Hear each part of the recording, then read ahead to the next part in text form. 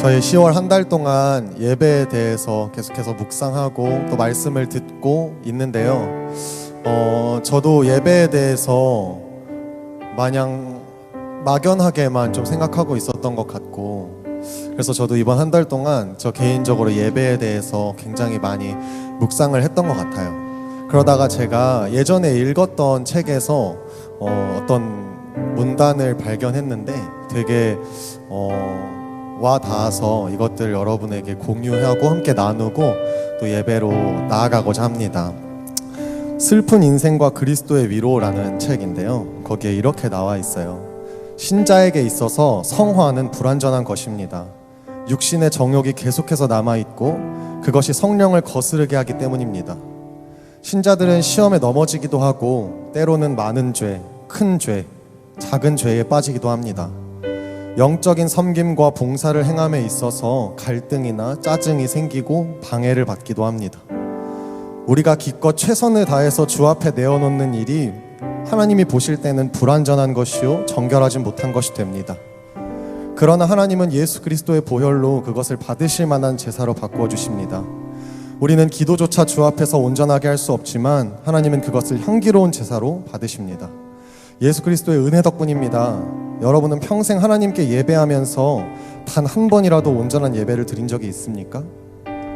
이 질문을 예수님이 직접 물어보신다면 아마도 쉽게 대답하지 못할 것입니다. 그러나 하나님은 이렇게 말씀하십니다.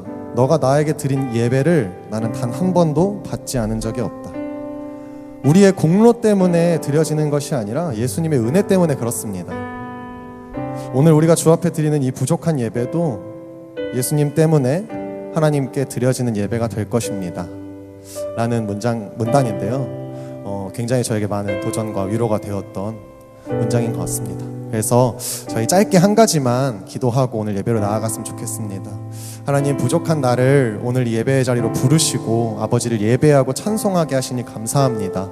주님, 우리가 그 감사함을 많이 잊고 살았을 때가 많습니다. 주님, 오늘 우리가 예배로 나아가기 이전에 그 마음, 감사한 마음, 기쁜 마음 회복시켜 달라고 이 시간 짧게 기도하며 나아갑시다. 기도합시다. 하나님, 그렇습니다. 우리는 우리의 힘으로 예배 자리에 나올 수조차 없는 연약한 자입니다. 우리는 큰 죄, 작은 죄, 많은 죄로 주 앞에서 계속해서 넘어지며 우리가 드리는 이 정말 작은 예배, 정말 이 예배조차 받으실까라고 고민하지만 하나님은 예수 그리스도의 보혈로 말미암아 우리의 그 하찮은 예배도, 우리의 그 작은 예배도 하나님께서 받으실 만한 향기로운 제사로 바꾸십니다. 하나님, 우리가 이것들로 감사하지 않을 수가 없습니다. 우리가 주님 때문에 이 자리에 나올 수 있음을 고백합니다. 그리하여 우리가 이 자리에 나와 주님을 찬송하며 나아갈 때 온전한 마음으로 기쁨으로 주께 찬송하길 원합니다. 주여, 오늘 예배를 받아주시옵소서. 이 자리에 임하여 주시옵소서. 우리 가운데 역사하여 주시옵소서. 이 모든 말씀 우리 주 예수 그리스도의 이름으로 기도드렸습니다. 우리 다 함께 자리에서 일어나셔서 사도신경 고백하심으로 오늘 이 예배를 주님께 올려드리길 원합니다. 전능하사 천지를 만드신 하나님 아버지를 내가 믿사오며 그 외아들 우리 주 예수 그리스도를 믿사오니 이는 성령으로 잉태하사 동정녀 마리아에게 나시고 본디오 빌라도에게 고난을 받으사 십자가에 못 박혀 죽으시고 장사한 지 사흘 만에 죽은 자 가운데서 다시 살아나시며 하늘에 오르사 전능하신 하나님 우편에 앉아 계시다가 저리로서 산자와 죽은 자를 심판하러 오시리라. 성령을 믿사오며 거룩한 공회와 성도가 서로 교통하는 것과 죄를 사하여 주시는 것과 몸이 다시 사는 것과 영원히 사는 것을 믿사옵나이다. 아멘.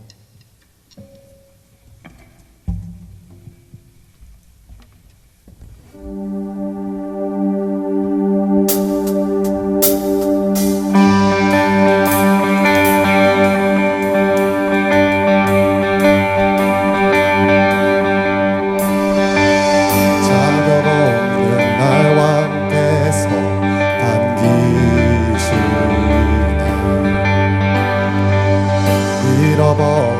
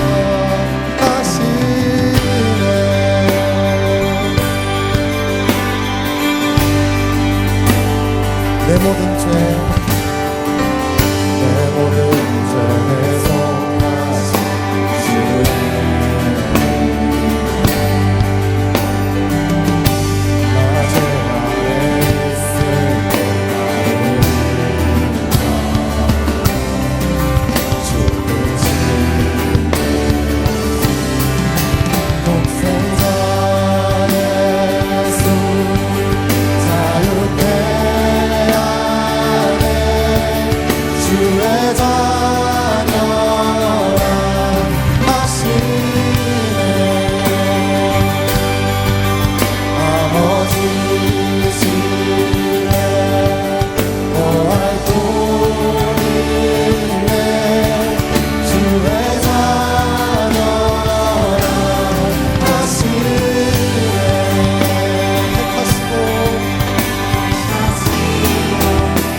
지키시며 날 자녀라 하시네.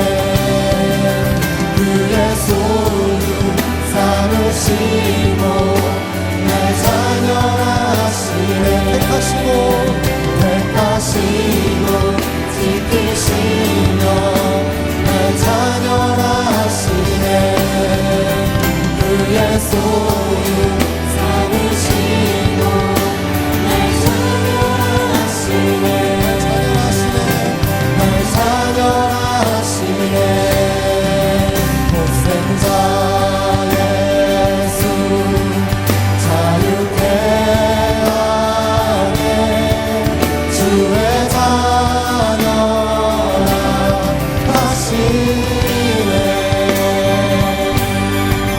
아버지 집에 거할 뿐이네. 주의 자녀라 하시네. 택하시고 지키시며 날 자녀라 하시네. 그의 소유 삼으시고 날 자녀라 하시네. 택하시고 지키시며 날 자녀라 하시네. 그의 소유 삼으시고 날 자녀라 하시네. 날 자녀라 하시네. 예. 예수 자유케 하네. 주의 자녀라 하시네. 아버지 집에 거할 뿐이네. 주의 자녀라 하시네. 독생자 예수 자유케 하네. 주의 자녀라 하시네. 아버지 집에 거할 뿐이네. 주의 자녀라 하시네. 날 자녀로 삼으신 주님께 영광의 박수 올려드리며 나아갑시다. 아멘.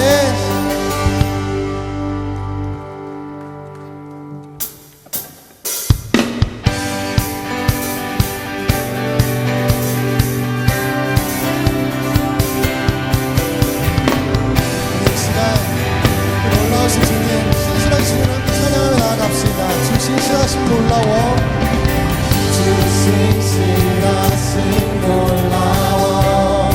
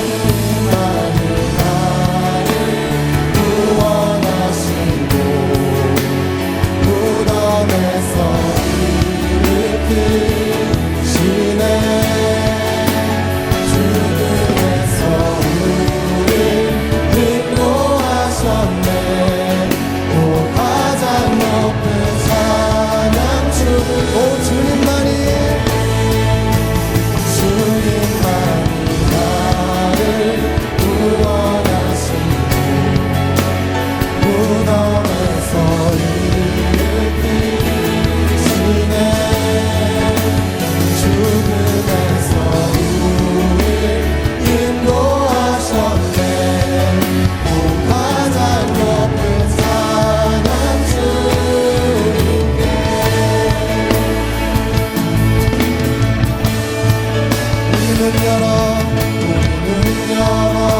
눈을 열어 생명의 주문에 눈을 열어 눈을 열어 생명의 주문에 우리 눈 열어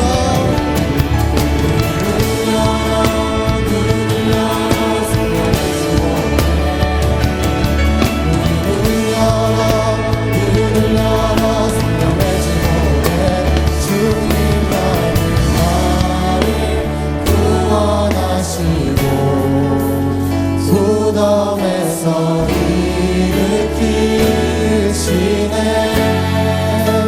죽음에서 우리 인도하셨네 또 가장 높은 찬양 오 주님만이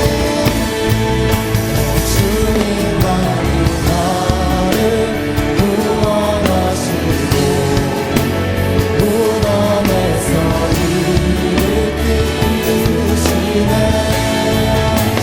죽음에서 우리 인도하셨네 또 가장 우리 마지막으로 한 번만 더 찬양합시다 오 주님만이 나를 구원하시네 무덤에서 일으키시네 죽음에서 인도하셨네 또 가장 높은 찬양 주오 가장 높은 찬양 주오 가장 높은 찬양 주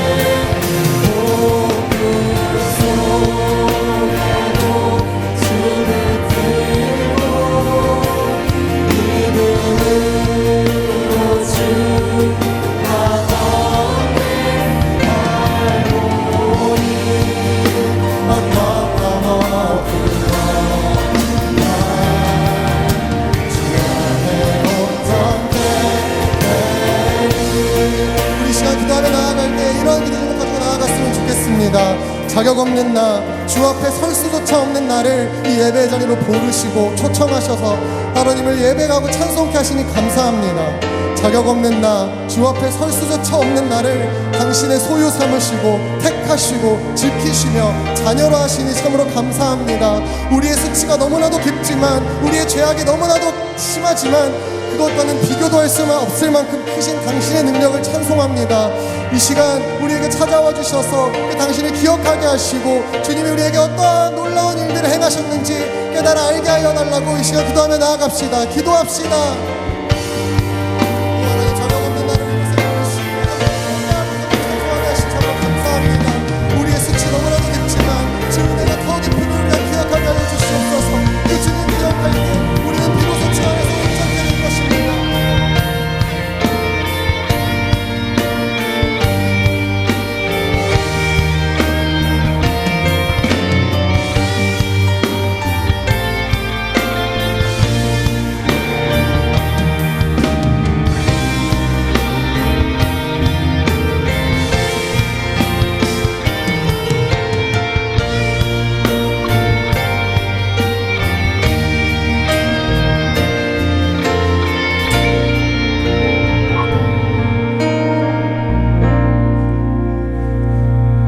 오직 너희를 부르신 거룩한 이처럼 너희도 모든 행실에 거룩한 자가 되라.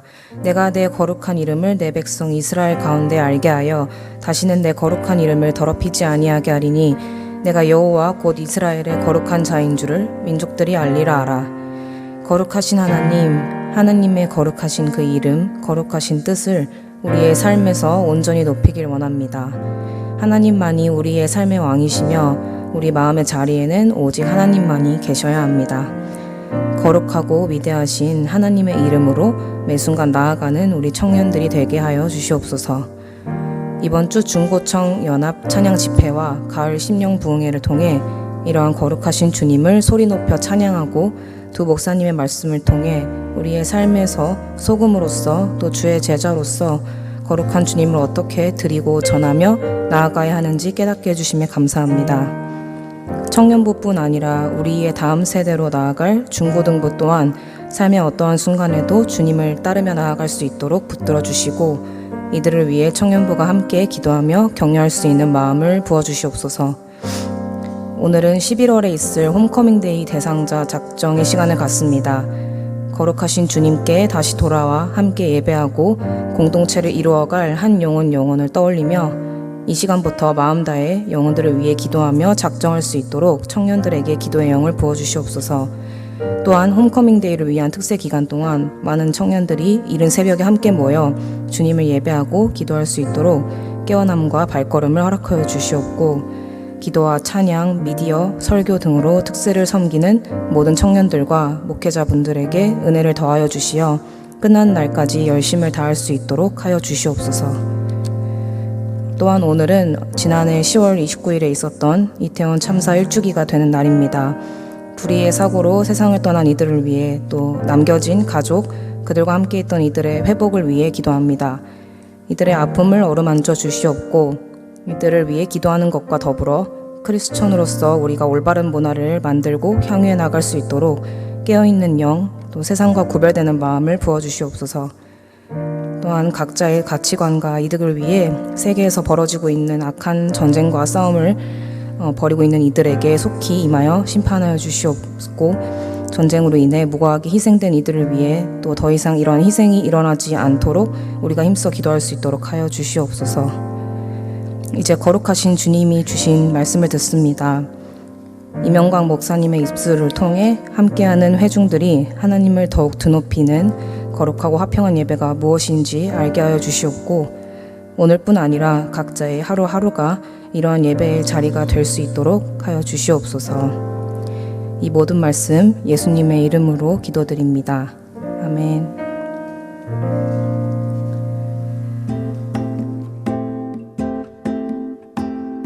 (10월 29일) 예배 광고 시작합니다.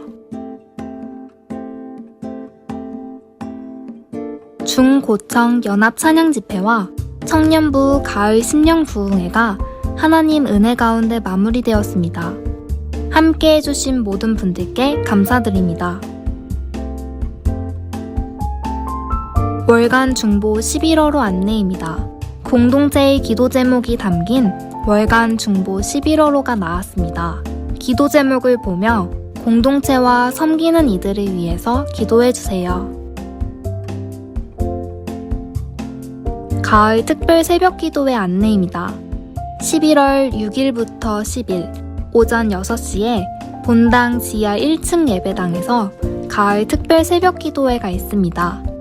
굳건하게 서서 말로나 우리의 편지로 가르침을 받은 전통을 지키라는 말씀과 오직 성경, 그리스도, 은혜, 믿음, 하나님께 영광이라는 5대 강령에 대한 주제로 진행됩니다. 홈커밍데이 VIP 작정 안내입니다.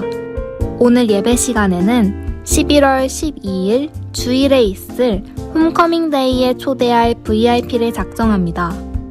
오랫동안 예배와 목장에 나오지 않고 있는 지체의 이름과 기도 제목을 적어주세요. 부서 모임 안내입니다. 1부 부서 모임은 그레이스홀에서, 2부 부서 모임은 신관 301호에서 있습니다. 지난주에 등록하신 새 가족을 진심으로 환영합니다. 다 같이 박수로 환영해주세요. 우리 교회에 처음 방문하신 분들께서는 예배당 뒤편에 있는 새가족실로 방문해 주시면 자세한 안내를 받을 수 있습니다. 이번 주 기도크루 기도시간 안내드립니다. 10월 4주차 기도시간 142시간 53분으로 1000시간 기도 목표 달성률 48.16%입니다. 자세한 광고는 주보를 참고해주세요.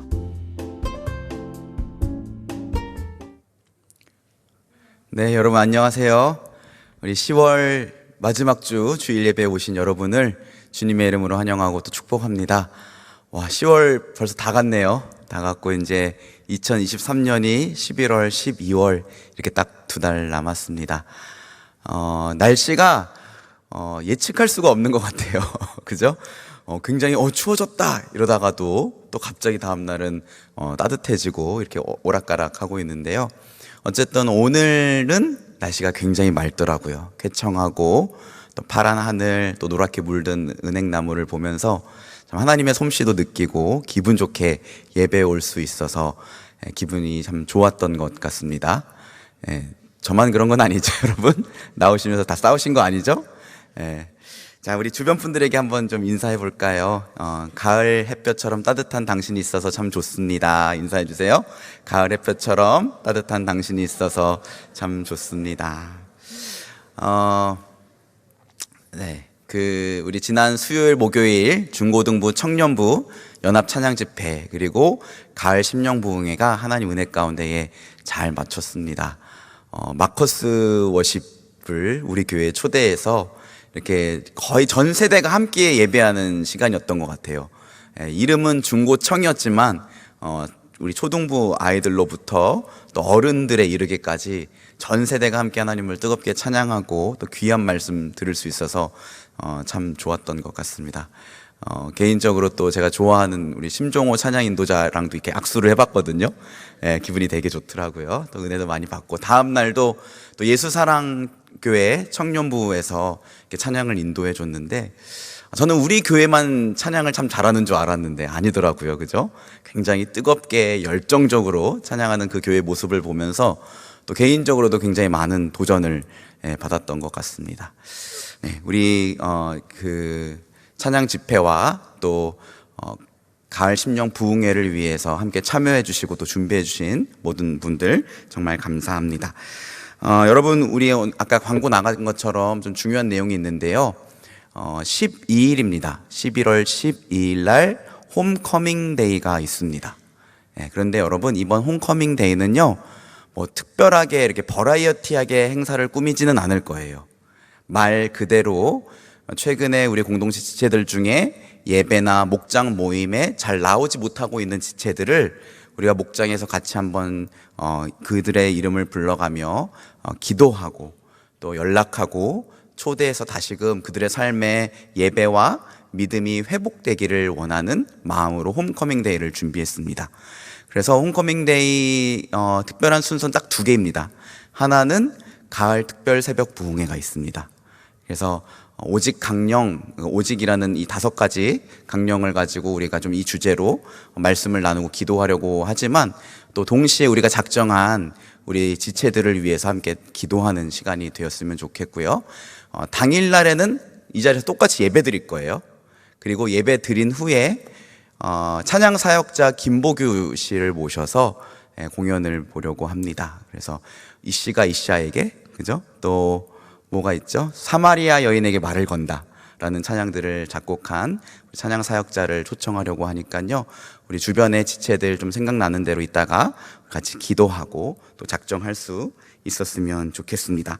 여러분 주보에 보시면 이렇게 월간 중보 11월호가 나왔습니다. 보시면서 꼭 같이 공동체를 위해서, 공동체 섬기는 이들을 위해서 기도해 주시면 감사하겠습니다. 자, 오늘 하나님이 우리에게 주시는 말씀은 히브리서 12장 14절 말씀입니다. 히브리서 12장 14절 말씀, 신약성경 367면에 있습니다. 한 절 말씀이에요. 히브리서 12장 14절 말씀. 찾으셨으면 우리 같이 한 목소리로 읽어보겠습니다. 시작. 모든 사람과 더불어 화평함과 거룩함을 따르라. 이것이 없이는 아무도 주를 보지 못하리라. 우리 한 번 더 읽을까요? 시작. 모든 사람과 더불어 화평함과 거룩함을 따르라. 이것이 없이는 아무도 주를 보지 못하리라. 아멘. 여러분 10월 한 달간 우리가 예배에 대해서 한번 생각해 보는 시간을 갖고 있습니다. 그래서 10월 8일 주일에는 요한계시록 7장의 말씀으로 구원받은 천국 백성들이 흰 옷을 입고 하나님의 보좌와 그 가운데 계신 어린 양 예수 그리스도를 어떻게 예배하는지를 살펴봤어요. 하늘의 예배는 하나님께서 중심이 되는 예배였고, 또 예수 그리스도의 보혈로 그들의 더러워진 죄를 깨끗하게 씻어서 그 앞에 서는, 은혜로 서는 예배였다고 했습니다. 그리고 그 다음 주에는 여러분 요한계시록 14장의 말씀으로 이 땅에 거하고 있는 성도들 14만 4천, 치열한 영적인 전투를 하고 살아가고 있는 성도들이 어떻게 예배를 드리고 있는지 우리가 살펴보았습니다. 그들의 삶에는 치열한 영적인 전투가 있다고 했습니다. 세상의 가치와 세상의 문화와 세상의 우상에 함몰되지 않고 영적인 싸움을 싸우는 성도들이 어떻게 예배드리고 있는가, 그리고 그들이 결코 스스로 설 수 없지만 탁월하신 예수 그리스도를 의지함으로 어떻게 예배하고 있는가를 살펴보았습니다. 맞죠, 여러분? 네, 새로운 내용을 듣는 것처럼 이렇게 들어주셔서 네, 감사합니다. 자, 오늘은요, 여러분 어떤 말씀을 나눌까 고민하다가 이거 딱 한 절이 생각났어요. 모든 사람과 더불어 화평함과 거룩함을 따르라. 이것이 없이는 아무도 주를 보지 못하리라. 네, 정말 심플합니다. 더 이상 해석할 내용이 없어요. 거룩함과 화평함을 따르지 않고서는 우리가 결코 주님을 볼 수가 없습니다. 주님을 본다는 건 영이신 하나님을 우리가 결코 눈으로 볼 수 없지만 마치 우리의 눈으로 생생하게 보는 것처럼 그분과 더불어 친밀한 사랑의 교제를 누리는 것을 말해요. 그래서 여러분 오늘 우리가 이 자리에 나와 있는 것도 비록 우리의 육안으로 직접 하나님을 볼 수는 없지만 이 자리 가운데 함께 하시며 우리의 찬양과 경배를 받으시기 합당하신 그분과 더불어 생생하고 친밀한 사랑의 교제를 나눈다는 것을 의미하죠. 우리 다 그 주님을 만나고 그 주님과 더불어 사랑의 교제를 누리기 위해 이 예배 자리에 오지 않았습니까? 그런데 우리가 그 주님을 보기 위해서는 이 2가지가 반드시 필요하다는 거예요. 뭡니까? 화평함과 거룩함을 따르라. 네. 여러분 여기서 나오는 따르라라는 헬라어 단어는요, 디오코예요. 근데 제가 이번에 말씀을 연구하다 깜짝 놀란 게요, 제가 신학교 다닐 때 배웠던 디오코라는 단어는 주로 언제 쓰였냐면 박해하다라는 뜻으로 쓰였어요. 그래서 신약의 성도들이 예수 믿는 믿음 때문에 박해받을 때 그들이 박해받다, 핍박받다 라는 단어로 쓰일 때 썼던 단어가 디오코예요. 근데 여러분 여기 보세요. 박해하다가 아니라 뭐로 번역되어 있습니까? 따르다. 원래는 누군가를 집요하게 추격하고 쫓아가서 핍박하고 박해하다라는 뜻을 갖고 있는데, 성도들은 마치 그것과 같이 뭐를 추구하라는 거예요? 화평과 거룩함을 집요하게 추구해야 된다. 그래야 우리가 주님을 볼 수 있다. 이렇게 이야기하는 것입니다. 그렇다면 여러분, 우리가 드리는 이 예배도 마땅히 어떻게 되는 겁니까? 거룩한 예배가 되어야 되고 화평의 예배가 되어야 되는 거죠. 그래서 여러분, 오늘은 이 딱 두 가지 내용을 좀 나눠보고자 합니다. 우선 첫 번째는 우리의 예배는요, 거룩한 예배가 되어야 돼요. 여러분, 우리가 성경을 읽다 보면 거룩이라는 단어를 참 많이 보게 됩니다. 제가 대략 검색해 보니까 우리말 성경에서 거룩이라는 단어는 460번이나 쓰였어요. 성결이라는 단어는 33번 쓰였습니다. 그러니까 이 두 가지를 합치면 거의 500번이나 언급되는 내용이 거룩과 성결이에요. 우리 지난주 수요일에 있었던 중고청 연합 찬양 집회의 주제가 뭡니까? 홀리 윈, 거룩이 이긴다. 여기서도 거룩이라는 단어가 쓰였죠. 거룩이 무엇일까요? 우리가 늘 거룩이라는 단어를 참 많이 사용하는데, 거룩은요, 쉽게 말하면 하나님 백성의 정체성입니다. 저를 따라해 주세요. 거룩은 하나님 백성의 정체성이다. 네, 여러분, 하나님께서 이스라엘 백성들을 노예되었던 애굽 땅에서 구원해 내시고 그들을 신의 산으로 인도하셔서 그들과 더불어 언약을 맺으셨어요. 언약이라는 건 나는 너희의 하나님이 되고 너희는 내 백성이야 라는 이 세상 그 누구보다도 가장 친밀한 사랑의 관계를 의미해요. 너희는 내 백성이고 나는 너희의 하나님이야. 이런 언약 관계를 맺으실 때 하나님이 그들에게 이렇게 말씀하십니다. 출애굽기 19장 4절에서 6절 말씀인데요, 조금 길지만 우리 같이 한번 읽어봅시다. 시작. 내가 애굽 사람에게 어떻게 행하였음과 내가 어떻게 독수리 날개로 너희를 업어 내게로 인도하였음을 너희가 보았느니라. 세계가 다 내게 속하였나니 너희가 내 말을 잘 듣고 내 언약을 지키면 너희는 모든 민족 중에서 내 소유가 되겠고 너희가 내게 대하여 제사장 나라가 되며 거룩한 백성이 되리라. 너는 이 말을 이스라엘 자손에게 전할지니라. 아멘. 여러분, 하나님이 이스라엘 백성들에게 이렇게 말씀하십니다. 세계가 다 내게 속했다. 맞죠, 여러분? 이 세상에서 사는 모든 나라와 민족의 사람들은 사실은 다 누가 지으신 거예요? 하나님이 지으신 거잖아요. 사실 그들이 하나님을 섬기지 않아서 그렇지 그들의 주인 되심은 마땅히 하나님께 있어요. 세계가 다 내게 속했지만 그러나 그 중에서 너희는 내 소유야 라고 말씀하세요. 우리말로는 소유라고 번역을 했지만 히브리어로 직역하면 보물이에요. 그래서 영어 성경은 my treasure라고 번역을 했어요. 이 세상에 모든 민족들이 있지만 예수 그리스도 안에서 나의 자녀가 된 너희는 내 뭐라는 거예요? 보물이야. 하나님이 첫 번째 이렇게 말씀을 하셨습니다. 그리고 또 우리를 이 세상에 하나님을 나타내는 중보자적 역할을 감당하는 제사장 나라로 부르셨대요. 제사장이 어떤 인물입니까? 하나님과 백성들 사이에서 백성들의 죄를 대신해서 회개를 구하고 또 하나님을 대신해서 하나님의 뜻을 백성들에게 가르치는 중보자적 역할을 했단 말이에요. 그러니까 너희는 하나님을 모르는 이 세상에 하나님을 나타내는 존재로 부름받았어 라는 의미가 뭐예요? 제사장 나라예요. 그리고 마지막 하나님이 한 가지 더 주신 정체성은 무엇이었냐면 뭐였어요? 거룩한 백성이에요. 레위기 11장 45절 말씀에 하나님이 직접적으로 이렇게 말씀하십니다. 내가 거룩하니 뭡니까? 너희도 거룩하라. 여러분, 하나님이 우리의 하나님이시고 우리는 그분의 백성이잖아요. 뭔가 닮은 구석이 있어야 되잖아요. 그렇죠? 그런데 딱 한 가지를 고르셨는데 그게 뭐냐면 거룩이라는 거예요. 내가 거룩해. 그러니까 너희도 이 세상에서 거룩한 백성이 돼야 돼 라고 우리들에게 거룩한 백성이라는 정체성을 주신 것입니다. 여러분, 거룩하다라는 단어가 히브리어로 카다쉬입니다. 카다쉬. 근데 이 기본적으로 이거는 세 가지 뜻을 갖고 있습니다. 첫째, 분리하다. 두 번째, 구별하다. 세 번째, 깨끗하게 하다라는 뜻을 갖고 있어요. 분리하다, 구별하다, 깨끗하게 하다. 즉 거룩이란 하나님 성품에 기인한 하나님 백성의 정체성인 동시에 구체적으로 말하면 우리를 죄에서 끊임없이 치열하게 분리해내고 이 세상의 부패한 행실과 풍습으로부터 구별되려고 애쓰고 그리고 하나님 법대로 살아서 우리 자신을 깨끗하게 하나님 앞에 드리는 것, 이게 바로 거룩이에요. 분리하다, 구별하다, 깨끗하게 하다. 그리고 하나님께서 이 거룩을 얼마나 귀하게 여기셨으면 당신의 백성이 거룩하기를 원하시는 마음으로 제사를 드릴 때, 이제 하나님의 그 성소로 들어올 때 제사장은 머리에 관을 써야 했는데 그 관 정면에다가 글자를 새겨서 붙이게 하셨어요. 근데 그 글자가 뭡니까? 여호와께 성결이에요. 여호와께 거룩. 제사장이 그거를 이마에 붙이고 하나님을 보게 하셨다는 거예요.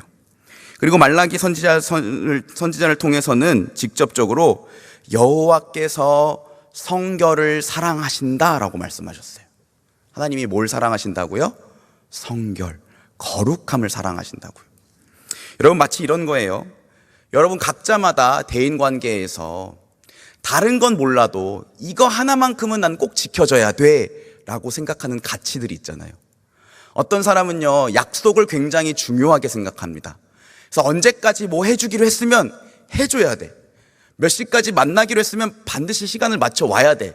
근데 그거 안 해주거나 시간 약속 안 지키면 마치 그 사람이 나를 무시하는 것처럼 느낍니다. 그죠? 어떤 사람은요, 계산을 굉장히 정확하게 해야 된다고 생각을 해요. 그래서 돈 계산, 밥 먹고 나면 카카오톡, 더치페이 하기 n분의 1 딱딱딱딱 돌리고. 또 어떤 사람은요, 염치를 중요하게 생각합니다. 사람이 염치가 있어야지. 내가 한두 번 밥 사면 지도 한 번 살 줄 알아야지. 이렇게 생각하는 가치가 있어요. 저 같은 경우에는요, 존중하는 말을 굉장히 중요하게 생각해요. 아무리 화가 나도 서로를 좀 존중하는 말로 화를 풀고 대화하면 좋겠다라는 생각을 합니다. 근데 여러분, 우리 하나님께는 그 가치가 뭐라는 거예요? 거룩이에요, 거룩. 그래서 데살로니가전서 4장 3절 말씀이 이렇게 말합니다. 하나님의 뜻은 이것이니 곧 너희의 거룩함이라. 곧 음란함을 버리고, 이렇게 말해요. 여러분, 우리 성경에 보면 하나님의 뜻은 이것이다 라고 구체적으로 말하는 게 한 3구절 정도가 되지 않아요. 근데 이게 그 중에 하나예요. 하나님의 뜻은 뭐래요? 거룩이래요. 로마서 12장 2절 1절 말씀은 이렇게 말합니다. 우리 같이 한번 읽어볼까요? 시작.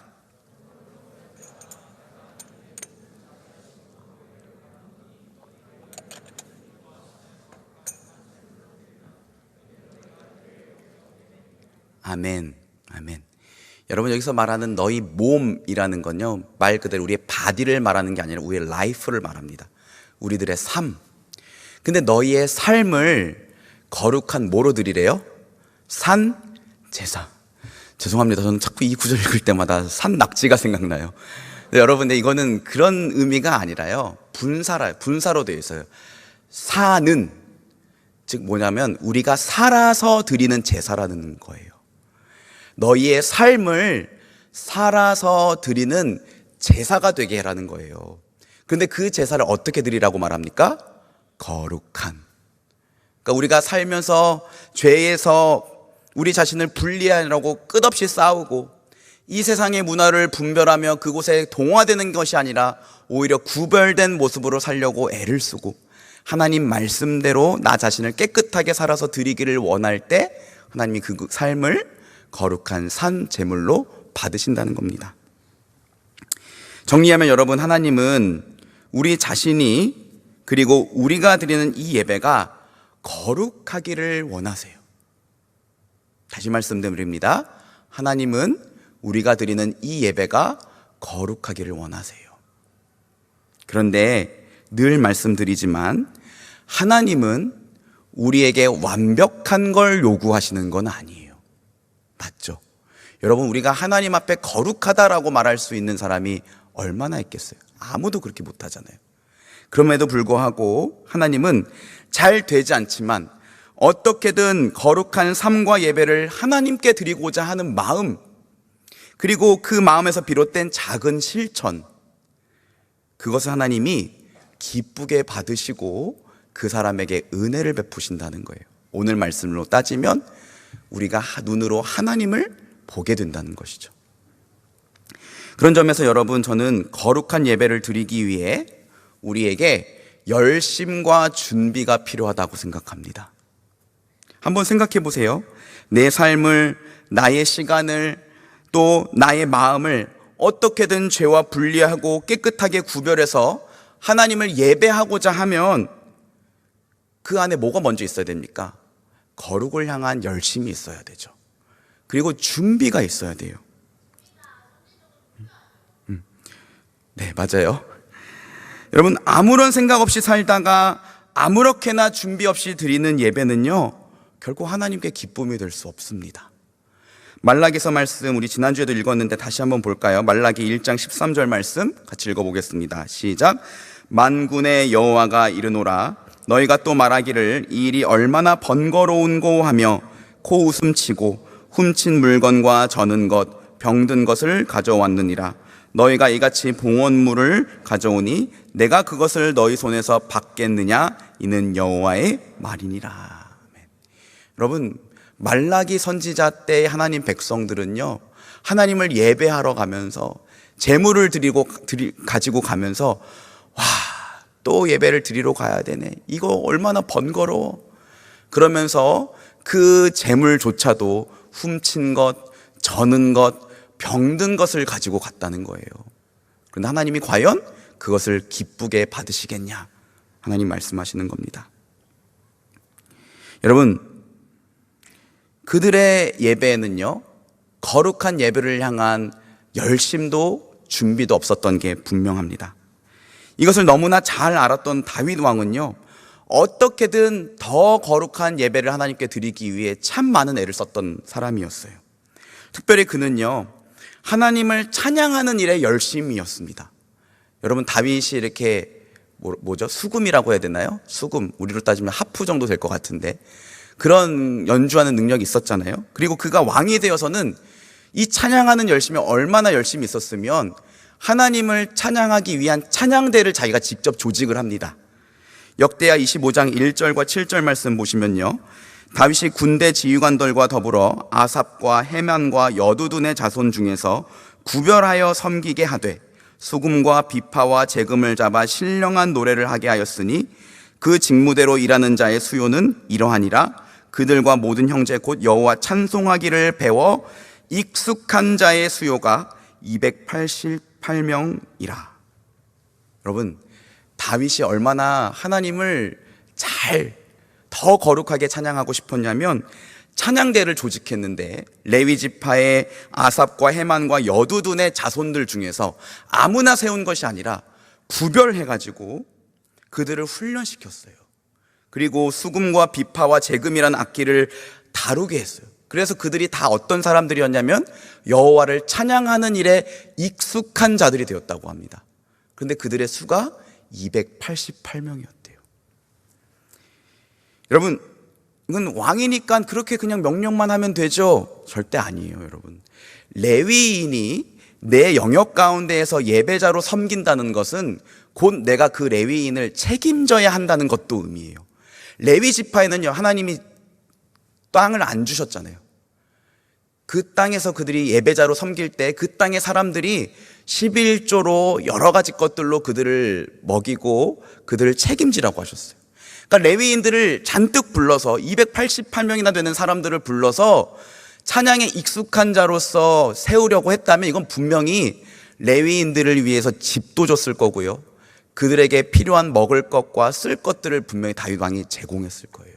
그런데 다윗은 그러한 수고를 아끼지 않았습니다. 왜냐하면 하나님께서 조금이라도 더 거룩한 예배를 받으시게끔 그것에 대한 열심과 준비가 있었기 때문이죠. 여러분, 또 다윗은 하나님께서 성전 짓기를 허락하시지 않자 자기 아들이 곧 성전 지을 것을 기대하며 성전 짓는 데 필요한 설계도와 각종 귀한 재료들을 모아서 건축을 준비합니다. 그리고 이렇게 말해요. 우리 역대상 29장 2절 3절 말씀 같이 한번 읽어봅시다. 시작. 내가 이미 내 하나님의 성전을 위하여 힘을 다하여 준비하였나니 곧 기구를 만들 금과 은과 놋과 철과 나무와 또 만호와 강공할 검은 보석과 채석과 다른 모든 보석을 옥돌이 매우 많으며 성전을 위하여 준비한 이 모든 것 외에도 내 마음이 내 하나님의 성전을 사모함으로 내가 사유한 금 은으로 내 하나님의 성전을 위하여 드렸노니. 여러분, 다윗이 뭐라고 말합니까? 내가 이미 하나님의 성전을 위하여 힘을 다하여 준비했다, 이렇게 말해요. 하나님을 예배하는 그 성전, 비록 자기는 그 성전을 보지 못하겠지만 자기 아들과 그 아들 때 하나님의 백성들이 더욱더 하나님을 거룩하게 예배하기 위해서 성전을 짓는 것을 준비를 했는데 힘을 다해서 준비했대요. 그리고 이쯤 하면 충분하지라고 할 만한데 다윗이 이렇게 말해요. 거기에서 그치지 않고 내 마음이 하나님의 성전을 사모해서, 아니 나라의 돈을 가지고 그것들을 준비하는 것이 아니라 아예 자기의 금과 은을 써서 성전 건축을 준비했다는 거예요. 여러분, 다윗의 이 모습을 보면서 거룩한 예배를 드리기 위해서 참 다윗이 열심히 썼구나, 그리고 참 많이 준비했구나 라는 것을 우리가 보게 됩니다. 우리 안에는 이 거룩한 예배를 향한 열심과 준비가 있는지 한번 점검합시다. 어제 우리 이완 전도사님이 한 장로님과 식사 교제를 했대요. 그리고 그 장로님과 교제를 하면서 너무 은혜를 받아서 한 가지 얘기를 해줬는데, 그 장로님도 제가 알아요. 근데 제가 알기로 그 장로님은 항상 예배 시간에 맨 앞자리에 앉으셔서 말씀 열심히 듣고 뜨겁게 기도하시고 은혜 받으시는 분이고, 저는 개인적으로 그 장로님의 신앙과 인격을 참 흠모합니다. 그런데 그 장로님은요, 금요일 저녁이 되면 하는 일이 있대요. 뭐냐면 교회 홈페이지에 들어가신대요. 그리고 미리 올라온 교회 주보를 열어보신다고 합니다. 그리고 그날 주일에 드릴 예배 본문 말씀이 올라온 걸 보고 남은 이틀 동안 그 말씀을 암송하신대요. 그리고 예배에 들어가면 늘 말씀이 은혜가 된다는 거예요. 와, 하나님께 드릴 이 거룩한 예배를 위해서 열심과 준비를 아끼지 않는 사람이 다윗뿐만이 아니라 이 시대에도 있을 수 있구나라는 생각이 들었습니다. 여러분, 우리는 어떻습니까? 거룩한 예배를 드리기 위해 우리 안에 열심과 준비를 가지고 이 예배 자리 가운데에 나옵니까? 아니면 아무런 생각 없이 한 주간 그냥 살다가 아무런 준비 없이 이 자리에 앉아서 마치 콘서트장에 공연 보러 온 관객처럼 찬양팀이 오늘은 찬양을 얼마나 잘하나, 목사가 얼마나 설교를 잘하는가 따지는 건 아닙니까? 여러분, 하다못해 콘서트장에 가면 기대하는 마음이 있고 떼창을 부르기 위해서 가사를 외워가잖아요. 여러분, 찬양 가사 이렇게 외우는 것도 아니고, 그죠? 기대하는 마음 과연 있나 생각해 봤으면 좋겠어요. 여러분, 예배는 어디 한번 나를 즐겁게 해봐라, 어디 한번 나를 감동시켜봐라 라고 들어오는 관객이 아니에요. 예배는요, 예배자로서 이 예배를 거룩하게 드리기 위해 열심을 가지고 준비하고 함께 참여하는 거예요. 여러분, 우리는요, 관객이 아니라 예배자가 되어야 됩니다. 아멘입니까? 우리 관객이 되지 말고 예배자가 됩시다. 특별히 세 가지를 좀 구체적으로 적용해 볼게요. 여러분, 시간을 거룩하게 구별해서 드리는 예배자가 됩시다. 여러분, 주일은요, 율법적으로 안식일이 아니에요. 예수 그리스도께서 모든 율법을 성취하셨기 때문에 우리는 더 이상 이 주일날 일을 한다거나 아니면 한 주 정도 예배에 빠진다거나 아니면 먹을 걸 사 먹는다고 해서 하나님께 벌을 받거나 우리의 구원이 갑자기 취소되지는 않습니다. 하지만 주일은 이 일주일 중에 하루를 우리가 거룩하게 구별해서 우리 이 날만큼은 하나님께 집중하며 예배드리자고 교회가 약속한 날이에요. 그리고 나와 하나님 사이의 약속입니다. 법은 그것을 지키지 않으면 혼나고 처벌을 받기 때문에 해야만 하는 것이지만, 약속은 그 약속의 대상을 존중하고 사랑하기 때문에 지키게 되는 거예요. 이게 바로 우리의 예배입니다. 그리고 그 약속을 지키는 데는요, 여러분, 훈련도 필요해요. 제가 초등학교 고학년 때쯤이었던 것 같아요. 몇 달 정도 잠시 컴퓨터 학원을 다녔던 적이 있습니다. 컴퓨터 학원에 처음 갔는데, 죄송합니다, 선생님이 너무 예쁜 거예요. 그리고 저한테 굉장히 친절하게 대해주셨어요. 여러분 그 기적 아시나요? 선생님을 좋아하게 되면 그 선생님이 가르치는 과목이 재밌어지잖아요. 그래서 제가 컴퓨터를 열심히 공부했습니다. 그리고 어느 날 선생님이 영광아 자격증 한번 딸래? 하시더라고요. 좋아요, 제가 자격증 딸게요. 그런데 날짜를 보니까 시험이 하필 주일인 거예요. 순간 머뭇거렸지만 선생님의 기대에 부응하고자 시험을 보겠다고 했습니다. 그리고 열심히 준비했어요. 그리고 시험 당일이 됐습니다. 저희 아버지가 목사시잖아요. 제가 아침에 가병을 챙겨가지고 조용히 시험을 보려고 나오는데 아버지가 뒤에서 딱 한 말씀 하시더라고요. 영광아, 너 진짜 시험 보러 갈 거냐? 마치 하나님이 말씀하시는 것처럼, 영광아.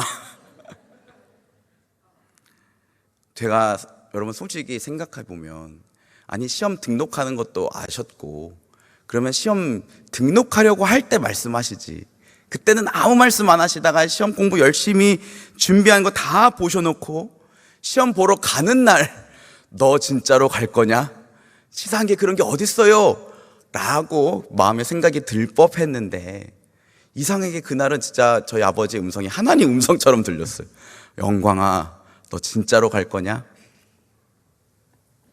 아버지는 일부러 저에게 선택하기 어려운 순간에도 하나님 예배하기를 선택하는 법을 가르치시려고 말씀하지 않으셨던 거예요. 개인적으로는 저에게는 그날의 훈련이 제 신앙에 있어서 큰 자산이 됐습니다. 여러분, 중요한 시험이 있으면 보러 갈 수 있죠.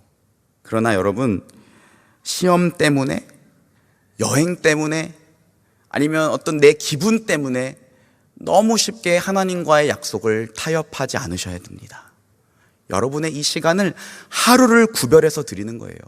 마치 11조를 드리듯 시간의 11조를 드리는 거죠. 일주일에 하루는 하나님께 집중하고 하나님만 예배하겠습니다. 여러분, 우리는 또한 헌금을 거룩하게 준비해서 드리는 예배자가 되어야 됩니다. 헌금은요, 내게 있는 모든 것들이 하나님이 주셨다는 그 믿음을 가지고 감사를 하나님께 올려드리는 거고, 나는 하나님의 통치를 받는 백성입니다 라는 믿음의 고백인 거예요. 그 헌금 안에 그 하나님을 사랑하는 우리의 마음, 그분을 향한 우리의 믿음, 한 주간의 우리들의 삶도 같이 담아서 올려드리는 것입니다. 근데 우리는요, 자꾸 하나님을 노숙인 대하듯이 하고 있을 때가 많은 것 같아요. 길에서 노숙인 만나면 선심 쓰듯 지갑에서 지폐 한 장을 꺼내주는 것처럼 우리가 그렇게 헌금을 드리진 않습니까? 아니면 헌금을 드린 지 너무 오래되진 않았나요? 아무런 생각 없이, 아무런 준비 없이. 여러분 죄송해요, 저도 헌금 얘기하는 거 별로 썩 내키진 않지만 작년에 한 번, 올해 한 번, 1년에 한 번씩은 꼭 하기로 했어요. 왜냐하면 이것이 우리 신앙에 중요한 거니까요. 여러분, 하나님께는요, 절대적인 액수가 중요한 건 아니에요. 우리 하나님 부자잖아요. 이 세상의 주인이시잖아요. 액수가 중요한 게 아니라 그 헌금을 드리려는 그 예배자의 마음을 기쁘게 받으신다고요. 지금은 결혼해서 청년부를 졸업한 한 형제가요, 헌금을 드렸던 모습이 저는 늘 기억에 남습니다. 그 형제는 항상 헌금을 드릴 때면 그 헌금을 봉투에 넣어서 정성스럽게 헌금 앞에서 잠깐 기도를 해요. 그리고 그 헌금을 드리더라고요. 아마도 감사와 정성 어린 마음을 담아드리기 위한 기도였던 것 같아요. 여러분 오해하지 마세요. 앞으로 헌금 드릴 때 다 기도하고 줄 밀립니다. 예배대 들어올 때. 그건 아니지만 적어도 여러분 우리가 하나님께 드리는 거라면, 그 액수가 중요한 것이 아니라 하나님을 향한 마음이라면 우리가 미리 준비하고 기도하고 드리는 예배자가 될 수 있었으면 좋겠습니다. 여러분, 또 한 가지가 더 있어요. 뭐냐면 우리 기도로 마음을 거룩하게 준비하는 예배자가 됩시다. 여러분, 우리는 중요한 일을 앞두면요, 뭐 합니까? 기도하죠. 당연한 거예요. 자연스러운 거예요. 왜냐하면 그 일의 주권이 누구에게 달려 있으니까? 하나님께 달려 있으니까. 이 일의 성패가 하나님께 달려 있음을 믿기 때문에 하나님을 인정하고 의지하는 믿음을 가지고 기도하는 거라고요. 예수님도 중요한 일이 있을 때는 항상 간절히 기도하셨습니다. 12 제자를 세우실 땐 예수님은요, 이렇게 말씀이 말합니다. 이때 예수께서 기도하시러 산으로 가사 밤이 새도록 하나님께 기도하시고 밝음에 그 제자들을 부르사 그 중에서 12를 택하여 사도라 칭하셨으니. 여러분, 예수님이 영안이 얼마나 뛰어나셨겠냐고요. 그냥 딱 보면 얘가 나를 배신할 애다, 아니다 아셨을 거 아니에요. 그런데 그 제자를 세우는 일에 밤이 새도록 기도를 하시고 사도를 세우셨다고 합니다. 또 예수님은 십자가 고난을 앞두고서 겟세마네 동산에서 간절히 기도하셨습니다. 예수께서 힘쓰고 애써 더욱 간절히 기도하시니 땀이 땅에 떨어지는 핏방울 같이 되더라. 여러분, 예수님이 중요한 일을 앞두고 기도하신다면 우리도 중요한 일을 앞두고는 반드시 기도해야 돼요. 특별히 앞으로 여러분, 결혼을 준비하는 지체들이 있잖아요. 제가 결혼을 한참 준비할 때 저희 아버지가 뭐라고 하셨냐면, 또 아버지 얘기하네요. 뭐라고 하셨냐면, 영광아, 너 기도 안 하니? 무섭지도 않니? 그러시더라고요. 그 중요한 일을 앞두고 기도 안 하냐고요. 근데 여러분, 우리가 드리는 이 예배 너무나 중요하잖아요. 그렇다면 우리가 더 힘써 예배를 위해 기도해야 될 줄 믿습니다. 30분 전에 우리 공동체는요, 유치부실에서 예배를 위해 기도해요. 또 여기 예배당에 오면 5분 전에 모여서 함께 기도합니다. 기도로 우리의 마음을 먼저 준비하는 예배자가 됐으면 좋겠어요. 19세기 영국의 찰스 스펄전 목사님이라는 분이 계십니다. 근데 이분의 별명이 설교의 황태자예요. 얼마나 설교를 잘했으면 설교의 황태자. 기독교 역사 속에서 설교를 정말 잘했다고 평가받는 두 분이 계시는데, 한 분이 설교의 황태자 스펄전 목사님, 한 분이 황금의 입이라고 불리는 크리소스돔이라는 분이 계셨어요. 근데 이 찰스 스펄전 목사님은 17세부터 목사가 돼서 사역을 하셨대요. 그리고 그가 섬겼던 메트로폴리탄 터버너클 처치는요, 매주 많은 사람들이 몰려와서 예배를 드려서 예배당을 6,000석이 되는 예배당으로 건축을 해야 했다고 합니다. 여러분, 이 미랄학교에 자석 많죠? 이거 1,800석이래요. 6,000석, 19세기 당시에 6,000석이 되는 예배당을 건축해야만 했대요. 근데 여러분, 재밌게도 이 목사님은요, 누군가가 교회에 이렇게 구경을 오거나 답사를 하려고 오면 제일 먼저 그 거대한 예배당을 보여주는 것이 아니라 예배당 밑에 있는 중보기도실을 보여줬다고 합니다. 그러면서 하는 말이, 이곳에서 매일 400명의 중보기도자들이 매주 예배 때마다 예배와 절을 위해서 기도해 줍니다. 제 목회의 비결은 바로 이 중보기도입니다 라고 했다는 거예요. 여러분, 우리 예배의 부흥을 위해 기도합시다. 우리 예배가 더 뜨거워지고 살아날 수 있었으면 좋겠어요. 저를 위해서도 기도해 주세요. 제가 더 성령이 충만해서 설교를 잘할 수 있도록 기도해 주시고, 우리 찬양팀을 위해 기도해 주시고, 여러분이 하나님 앞에 거룩한 예배자가 되기 위해 기도하시길 바랍니다. 우리 시간을, 헌금을, 마음을 거룩하게 준비해서 드리는 예배자가 됩시다. 자, 둘째로는 여러분, 우리는요, 화평의 예배를 드려야 됩니다. 우리 본문 14절 말씀 다시 한번 읽어보겠습니다.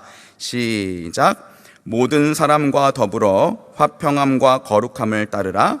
이것이 없이는 아무도 주를 보지 못하리라. 아멘. 여러분, 우리말 성경에는 뭐 화평, 화목, 평강, 평안, 평화, 다양한 단어들로 번역을 했지만 이 단어는 모두 구약에서 샬롬이라는 한 단어에서 나온 거예요. 신약에서는 에이레네라고 하는데요. 여러분, 성경이 말하는 화평, 평화는요, 세상이 말하는 평안과는 달라요. 예수님 당시 세상 사람들이 일반적으로 사용했던 화평의 개념은 라틴어로 팍스였어요. 그래서 로마의 평화, 로마의 압도적인 힘에 의한 세계의 평화 질서가 유지되는 그 시간을 뭐라고 합니까? 팍스 로마나라고 하잖아요. 그런데 이 팍스는 전적으로 외적인 조건들에 달려있는 평안입니다. 네 가지 정도가 중요하다고 하는데, 첫째, 정치적으로 안정이 될 것. 둘째, 경제적으로 안정이 될 것. 셋째, 기근이나 재해가 없을 것. 넷째, 민족 사이에 갈등이나 전쟁이 없을 것. 맞죠, 여러분? 이 나라 정치가 더 안정이 되고, 내가 경제적으로 좀 넉넉해지고, 어떤 태풍이나 홍수 피해나 이런 재해가 없고, 이 땅에 전쟁이 없으면 우리는 평안하다고 생각해요. 그렇지만 이 중에 어떤 외적인 조건들이 하나만 깨지더라도 팍스는 산산조각 나게 되어 있습니다. 네, 여러분, 성경이 말하는 샬롬은요, 우리 삶의 어떤 조건들에 의한 화평이 아니라 전적으로 하나님과의 관계에서 비롯되는 평안이에요. 에베소서 2장 14절 18절 말씀인데요, 조금 길지만 저 한 절, 여러분 한 절 한번 좀 집중해서 읽어봤으면 좋겠습니다. 그는 우리의 화평이신지라 둘로 하나를 만드사 원수된 것 곧 중간에 막힌 담을 자기 육체로 하시고 법조문으로 된 계명의 율법을 폐하셨으니 이는 이 둘로 자기 안에서 한 세 사람을 지어 화평하게 하시고 또 십자가로 이 둘을 한 몸으로 하나님과 화목하게 하려 하심이라. 원수된 것을 십자가로 소멸하시고 또 오셔서 먼데 있는 너희에게 평안을 전하시고 가까운 데 있는 자들에게 평안을 전하셨으니, 같이 읽겠습니다. 이는 그로 말미암아 우리들이 한 성령 안에서 아버지께 나아감을 얻게 하려 하심이라. 아멘. 여러분, 이 말씀이 뭐라고 말하냐면 그는 우리의 화평이시다, 그는 우리의 평안이시고 우리의 평화이시다 라고 말합니다. 왜요? 예수 그리스도께서 우리와 하나님 사이에 원수된 것, 사람과 사람 사이에 원수된 것들을 당신의 십자가로 없애주셨기 때문이에요. 여러분, 예수님 당시에 유대인과 이방인들 사이에는요, 그들로 하여금 화평하지 못하게 만드는 중간에 막힌 담이 있었대요. 이 막힌 담은 그때 당시에 율법이었습니다. 율법의 할례.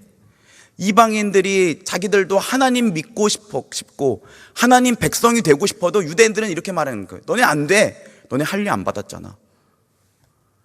여러분, 성인이 할례를 받는 게 쉬운 일이 아니잖아요. 그렇죠? 그리고 너희는 안 돼. 너네 돼지고기 먹잖아. 늘 돼지고기 먹는 민족이 돼지고기 먹지 말라고 해봐요. 여러분, 내일부터 커피 마시지 마세요. 살 수 있겠습니까? 그러니까 이 율법이요, 하나님은 선하게 주신 건데 유대인과 이방인들 사이에서는 그들이 하나가 되지 못하게 만드는 중간에 막힌 담이 되어버렸다고요. 그리고 사람과 사람 사이는 늘 이 중간에 막힌 담이 존재해 왔어요. 서양에서는 한때 노예 제도가 막힌 담이었습니다. 우리나라에서는 한때 신분 제도가 막힌 담이었죠. 양반과 평민이 어떻게 한 자리에서 예배 드릴 수 있어? 그러면서 예배당을 뛰쳐나갔던 양반들이 그렇게 많았대요. 그런데 예수님이 뭐라고 하시는 거예요? 예수 그리스도의 십자가는 우리와 하나님 사이에 원수된 것, 즉 우리의 죄 때문에 하나님과 우리의 사이가 원수된 것을 없앴을 뿐만 아니라 사람과 사람 사이에 막힌 담도 허무셨다.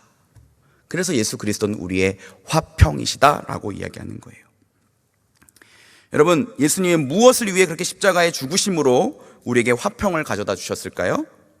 그것은 뭐냐면 서로 원수되었던 그들이 예수 그리스도 안에서 한 세 사람이 되어서 하나님께 나아가게 하시기 위함이었던 거예요. 우리 아까 읽었던 말씀인데요, 에베소서 2장 18절 말씀 다시 한번 볼까요?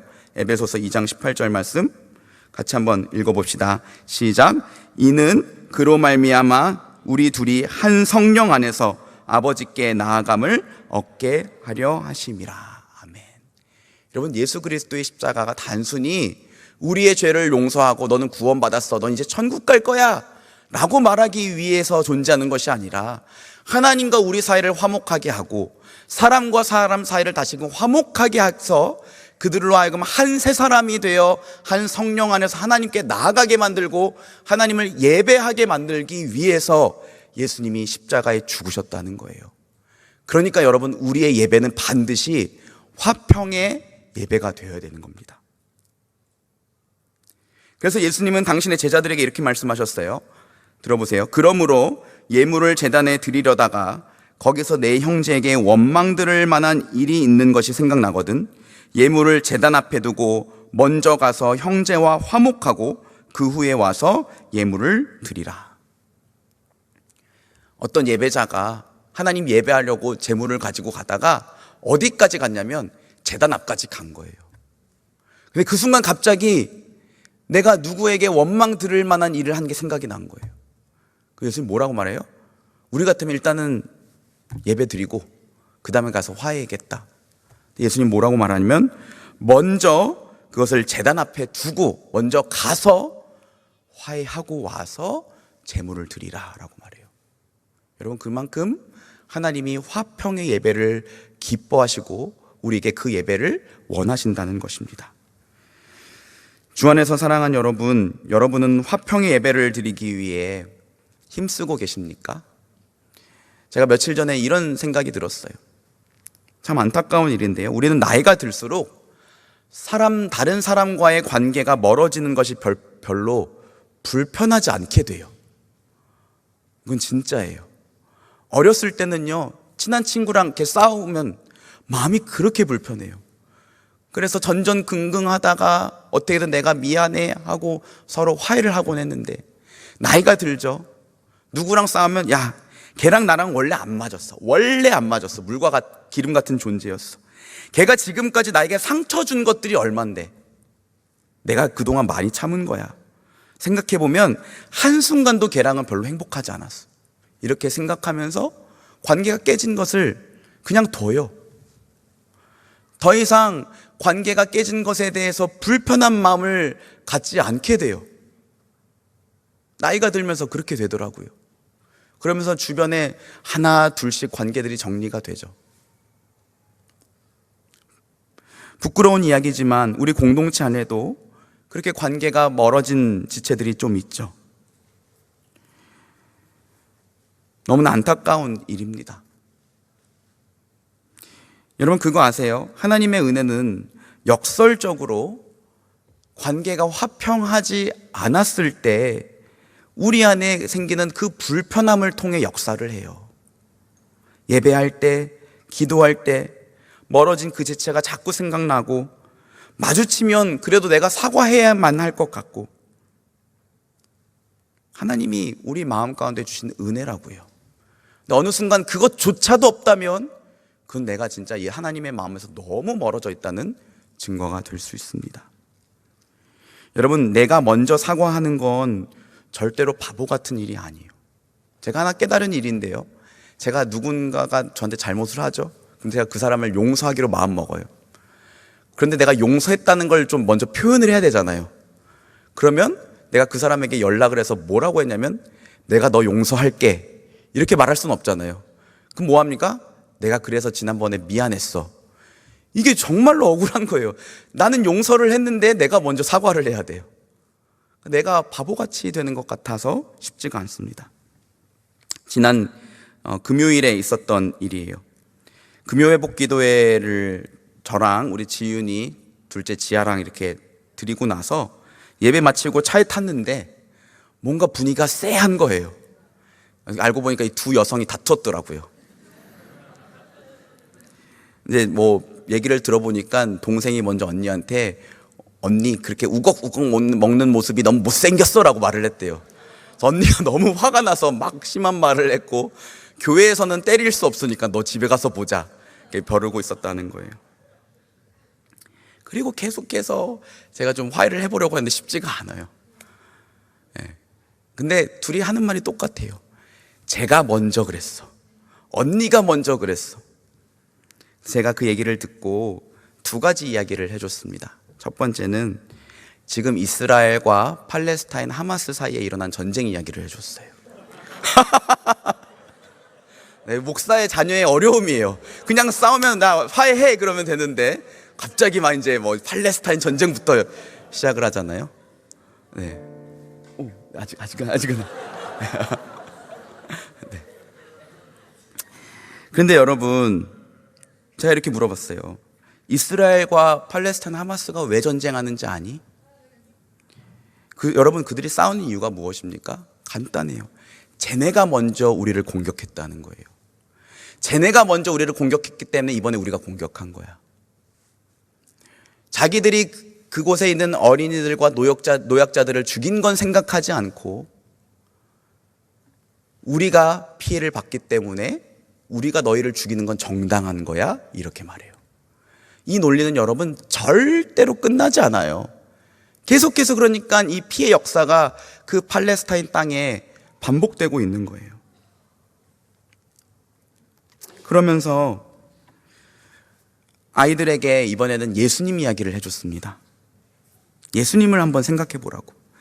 그분은 죄가 없으신데, 아니 오히려 우리가 먼저 그분께 죄를 짓고 그분을 대적했는데, 그분은 우리에게 야, 너네가 먼저 죄를 졌으니까 너네가 먼저 벌을 좀 받아야겠다 말씀하시지 않고 우리가 받을 벌을 오히려 대신해서 십자가에 받으셨다는 거예요.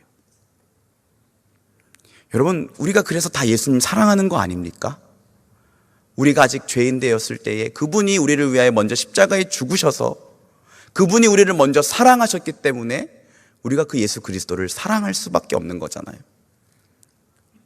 이게 바로 예수님이 우리와 당신 사이를 화목하게 만드셨던 방법이었어요.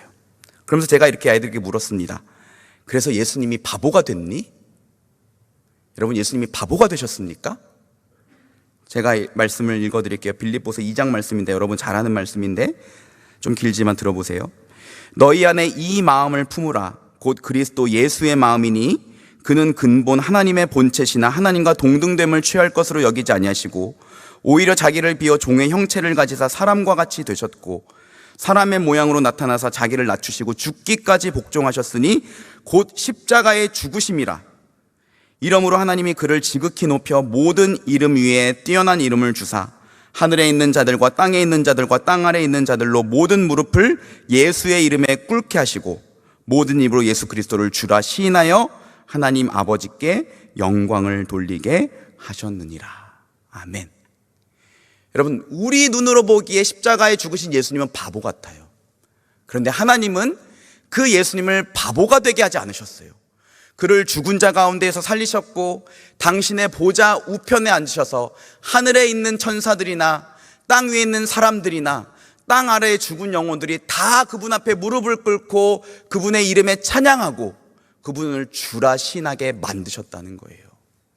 이게 십자가의 방법이고 예수 그리스도의 방법이라는 것입니다. 이게 바로 십자가의 복음이에요. 제가 이 얘기를 해준 다음에 자, 먼저 제가 했지만 그래도 먼저 사과하는 게 어떻겠니? 그랬더니 저희 둘째가 갑자기 고개를 팩 돌리더니 그래도 언니한테 사과하기 싫어 그러더라고요. 그 전까지 은혜 받는 줄 알았거든요. 애들이 잠잠코 듣길래. 그런데 갑자기 뒤에 있던 언니가 와서 지아야 내가 미안해 그러는 거예요. 근데 그랬더니 이 둘째가 갑자기 펑펑 우는 거예요. 왜 그랬을까요? 자기가 오히려 미안해져서 자기가 오히려 졌다는 거를 알게 된 거죠. 여러분, 내가 먼저 미안하다, 내가 먼저 나를 용서해달라 라고 말하는 그 십자가의 방법은 결코 바보가 되는 방법이 아니에요. 예수 믿는 우리의 승리의 공식인 줄 믿습니다. 여러분, 그 마음을 가지고 화평의 예배자가 되기를 힘쓰세요. 여러분 주변에 있는 사람과 더불어 화평의 예배자가 되셔야 됩니다. 여러분 마음에 생각나는 한 사람이 있다면 용기를 내세요. 저는 지금 한 사람이 있고 또 예전에 심지어 9년 만에 제가 먼저 전화를 걸어서 미안하다고 한 사람도 있어요. 견딜 수가 없더라고. 어떻게든 해야겠더라고요. 되게 욕할 줄 알았는데 괜찮다고 저를 용서해 주더라고요. 특별히 오늘 말씀에 여러분, 모든 자들과 더불어 화평함과 거룩함을 따르라 그랬어요. 우리 공동체 안에 있는 모든 우리 각 지체들이 주님 안에서 화평케 되어야 될 줄 믿습니다. 그런데 가장 먼저는 서로에게 좀 더 관심을 보일 수 있었으면 좋겠어요. 여러분, 이 예배 자리에 들어올 때 생각보다 많은 용기가 필요한 거 아십니까? 특별히 새가족들, 혼자 오는 사람들은 혼자 예배 앉는 그 순간, 저 예배당에 들어오는 그 순간이 그렇게 긴장이 된대요. 쉽진 않지만 여러분, 우리 공동체 안에 서로를 모를지라도 그래도 가볍게 목례로 인사하는 문화가 생겼으면 좋겠어요. 네. 차가운 얼굴로 서로를 바라보고 하나님 바라보면 은혜 받습니까?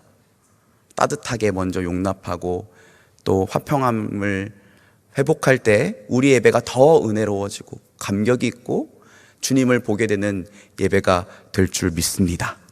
우리 주변 분들에게 이렇게 한번 인사해 주세요. 안녕하세요. 한번 인사해 주세요. 안녕하세요. 네. 자, 우리 같이 일어나셔서 함께 찬양하고 결단하며 기도하겠습니다.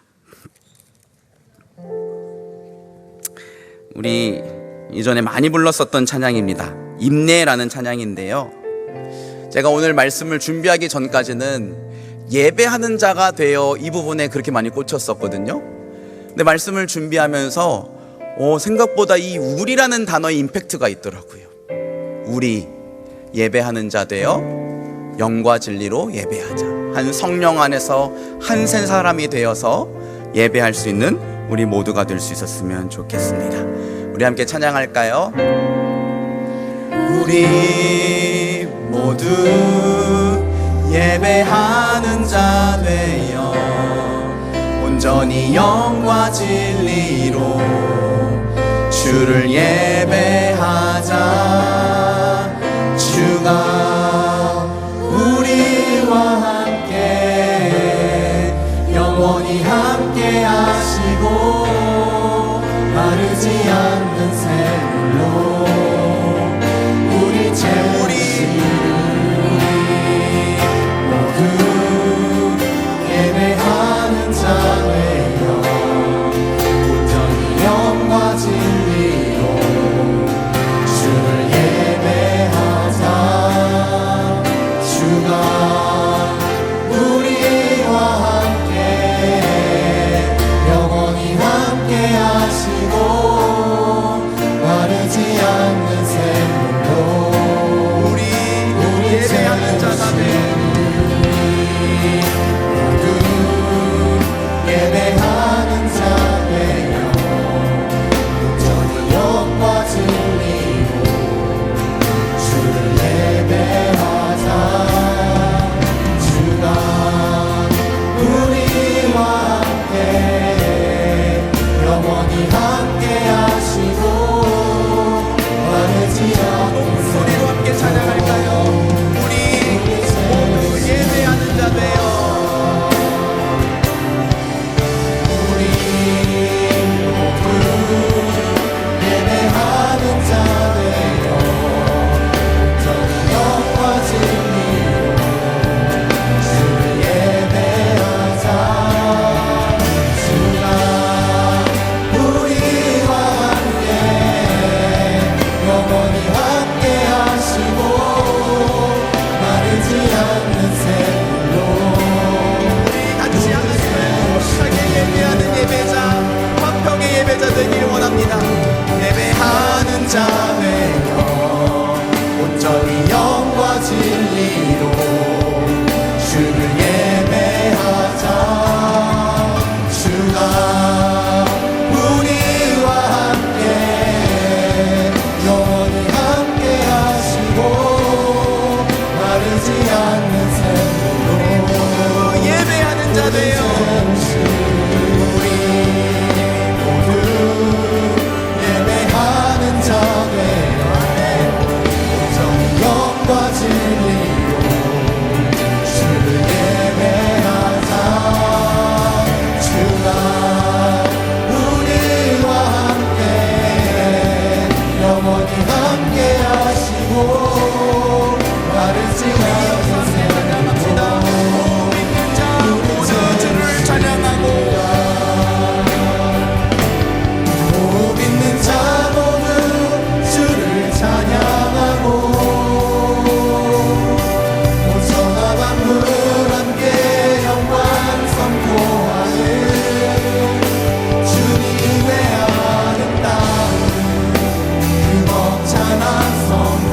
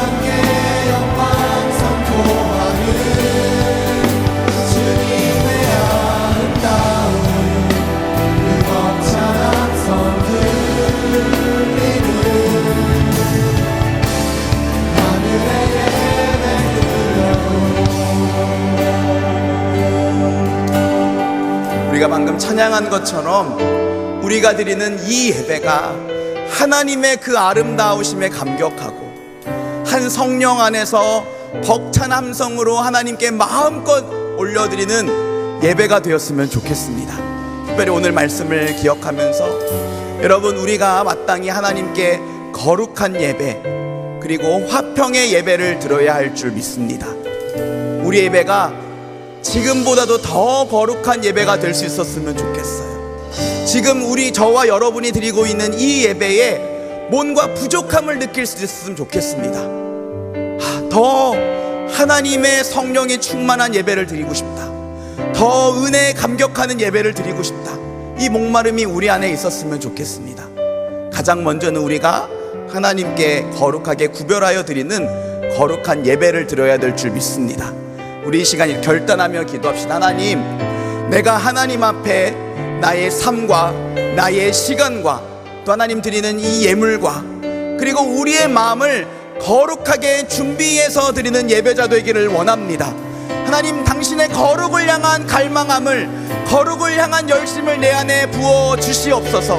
그리고 내 삶의 작은 것 하나일지라도 더 하나님께 간절한 마음으로 준비하고 드리는 예배자가 될 수 있도록 주의 성령을 우리 안에 충만하게 부어 주시옵소서. 우리를 당신의 거룩한 예배자가 되게 하여 주시옵소서. 우리 시간 주님 이름 간절히 한번 찾고 기도하겠습니다. 주여, 사랑하는 주님, 사랑하는 주님, 오늘 우리가 드리는 이 예배, 그저 일주일에 한 번 이 자리에 와서 앉았다가 그저 예배의 순서를 관람하고 돌아가는 것으로 만족하는 관람자가 되지 않기를 간절히 원합니다. 하나님, 그 하나님의 그 거룩한 영광을 사모하고 하나님의 그 아름다우심을 간구하며 아버지, 내가 주님 앞에 조금이라도 더 거룩하고 온전한 예배를 드리고자 애쓰고 힘쓰는 예배자가 되기를 원합니다. 하나님은 우리에게 완벽한 것을 원하신 것이 아니라 다윗과 같이 하나님 사랑하는 그 마음, 조금이라도 더 하나님 앞에 준비되고 온전한 예배를 드리고자 하는 그 열심, 그리고 그 열심에서 비롯한 작은 실천 하나님 기뻐하시는 줄 믿습니다. 아버지, 우리가 당신의 거룩한 예배자 되기를 원합니다. 당신의 거룩한 예배자 되기를 간절히 원합니다. 아버지, 우리 안에 당신의 그 거룩함을 향한 갈망함을 부어주시옵소서. 내가 거룩하니 너희도 거룩하라 말씀하신 주님, 아버지, 우리가 이 세대를 본받지 않고 마음을 새롭게 함으로 아버지, 우리의 삶을 하나님 기쁘게 받으시는 거룩한 산제물로 드리기를 원합니다. 아버지, 어떻게든 내가 날마다 무너지지만 그 죄를 내 삶에서 끊어내려고, 분리해내려고 결단하게 하시고 이 세상의 부패한 행실과 문화를 아버지 본받지 않고 구별되며 하나님의 말씀대로 살아서 아버지 거룩한 예배를 드리기 위하여 애쓰는 거룩한 예배자, 아버지, 내 마음과 나의 시간과 또 내가 드리는 이 헌금 거룩하게 구별하여 준비하여 드리는 예배자가 되게 하여 주시옵소서. 화평함을 따르며 거룩함을 따를 때 우리가 주님을 보게 될 것이라고 하셨습니다. 하나님, 이 믿음의 결단 우리 안에 있게 하시고 아버지, 순종케 하여 주셔서 살아계신 하나님, 여기신 하나님을 믿음의 눈으로 보는 하나님 그 영광을, 그 은혜를 아버지 우리의 삶 가운데 허락하여 주시옵소서. 우리 한 번 더 간절히 기도하겠습니다. 우리의 예배는 거룩한 예배가 되어야 되는 동시에 마땅히 화평의 예배가 되어야 되는 줄 믿습니다. 그런데 우리는 자꾸만 살면서 화평하지 않은 것에 대한 마음의 불편함이 사라져가고 있는 것 같아요. 여러분, 지금 마음속에 생각나는 그 한 사람, 하나님이 그 사람과 더불어 화평하실 것을 원하십니다. 여러분, 그 마음을 외면하지 마시기 바랍니다. 여러분이 먼저 가서 사과한다고 해서 여러분이 바보가 되지 않아요. 예수 그리스도께서 바보와 같이 십자가에 죽으셨음에도 불구하고 하나님은 그를 죽은 자 가운데서 살리시고 하나님 보좌 우편에 앉으시고 하늘에 있는 자들과 땅 위에 있는 자들과 땅 아래에 있는 모든 자들로 하여금 그 예수 그리스도 이름 앞에 무릎 꿇게 하시고 그 이름을 찬송케 하셨습니다. 이것이 바로 우리가 믿는 예수 그리스도 십자가의 복음인 줄 믿습니다. 여러분, 이 시간 여러분 마음 가운데에 떠오르는 한 사람, 하나님, 쉽지 않을 것 같지만 내 마음에 주시는 그 불편함에 내가 외면하지 않고 진실된 믿음으로 반응하기를 원합니다. 화평케 하는 자가 되기를 원합니다. 주님, 내게 용기를 주시고 은혜를 주셔서 예수 그리스도와 같이 먼저 다가가 사과하고 용서를 구할 수 있는 믿음 허락하여 주시옵소서. 화평한 자에게 주시는 하나님의 은혜가 내 삶 가운데에 있게 하여 주시옵소서. 우리 이 시간 같이 한번 좀 주님 앞에 믿음의 결단을 올려드렸으면 좋겠는데요. 여러분, 크게 기도하지 않아도 좋습니다. 다만 여러분 마음 가운데 생각나시는 그 한 사람을 두고 하나님 앞에 진실한 믿음의 결단을 올려드립시다. 함께 기도하겠습니다.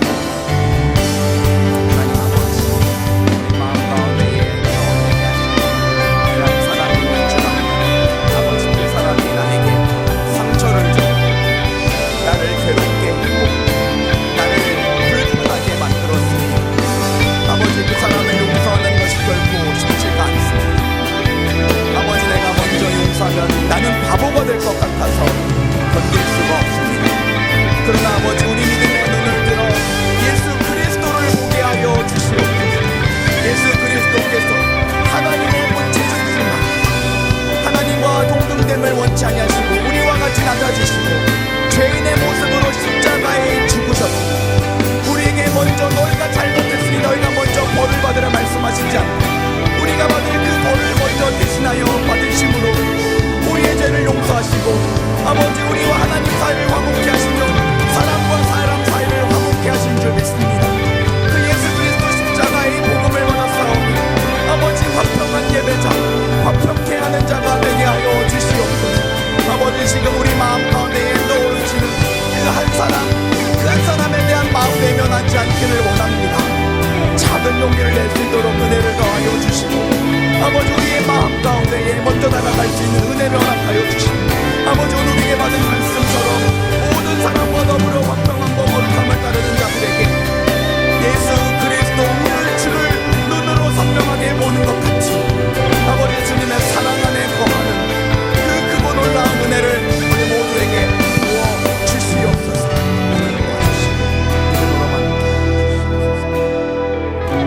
우리 시간 자리에 잠깐 앉으시기 바랍니다. 우리 아까 광고한 것처럼 홈커밍 데이에 초대할 VIP들을 작정하려고 하는데요. 여러분, 지난번에 보니까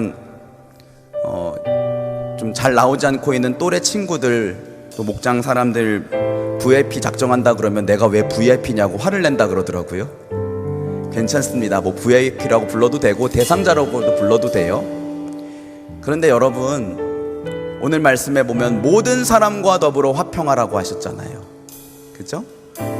우리 공동체 가운데에 지금 오랫동안 예배 나오지 않고 있는 지체들, 또 우리 목장 가운데에 목장 모임에 오랫동안 나오지 않고 있는 지체들을 그냥 한번 적어보자고요. 그리고 그들을 대신해서 우리가 그들의 기도 제목을 적어주는 거예요.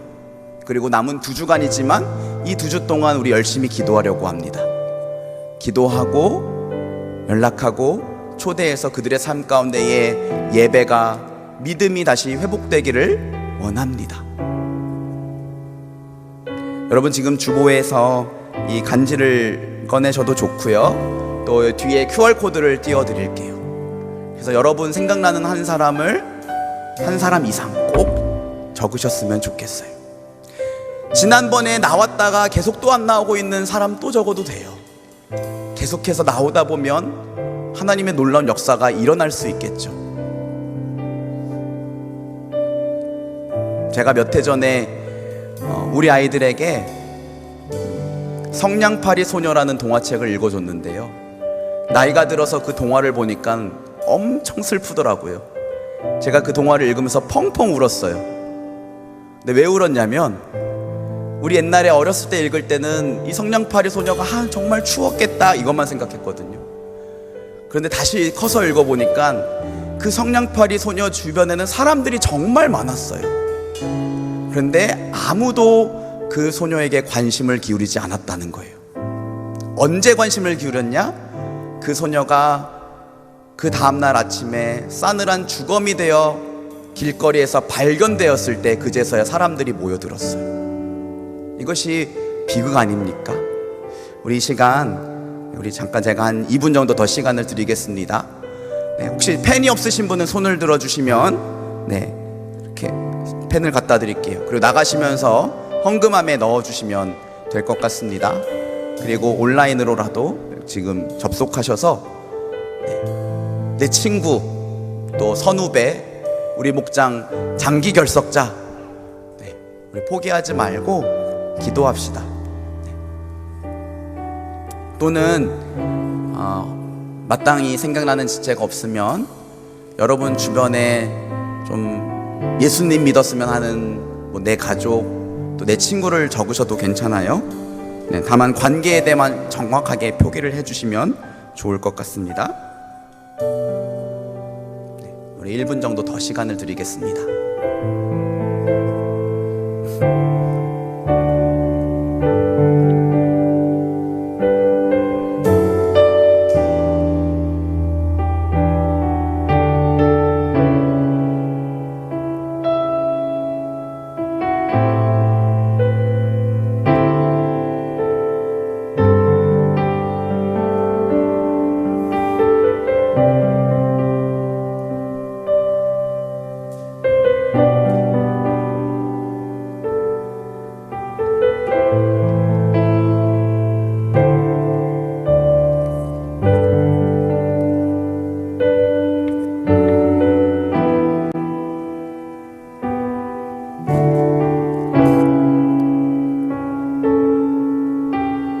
네, 30초 더 드릴게요.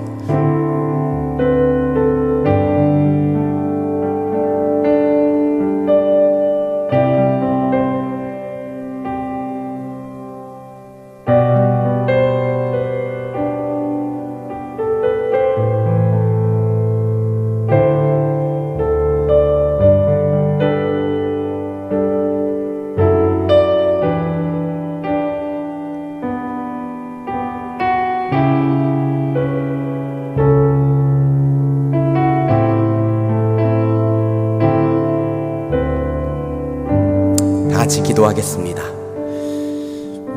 참 고마우신 주님, 부족하지만 연약하지만 오늘도 우리의 예배를 기쁘게 받아주셔서 참 감사합니다. 우리가 하나님 보시기에 떳떳해서 거룩하고 의로워서가 아니라 우리 주 예수 그리스도 보혈의 공로로 예수 그리스도 믿는 믿음 안에서 우리를 긍휼히 여기시고 의롭다 여겨주시기에 또한 우리들의 예배도 부족하고 연약하지만 하나님 기쁘게 받아주셨는 줄 믿습니다. 특별히 주님, 우리를 당신의 영광을 찬양하고 당신의 그 아름다움을 흠모하며 노래하고 나타내는 예배자들로 이 땅에 불러주셔서 너무나 감사합니다. 우리 각 사람이 살아가는 삶의 자리는 다 다를지라도, 삶의 정황들은 다 다를지라도 우리 모두는 동일하게 어떠한 곳에서도 어떠한 순간에도 하나님 예배하기를 포기하지 않는 예배자로 부름받은 줄 믿습니다. 특별히 지난 3주 동안 우리들의 예배에 대하여 돌아보며 점검하게 해주셔서 감사드립니다. 모든 사람과 더불어 화평함과 거룩함을 따르라.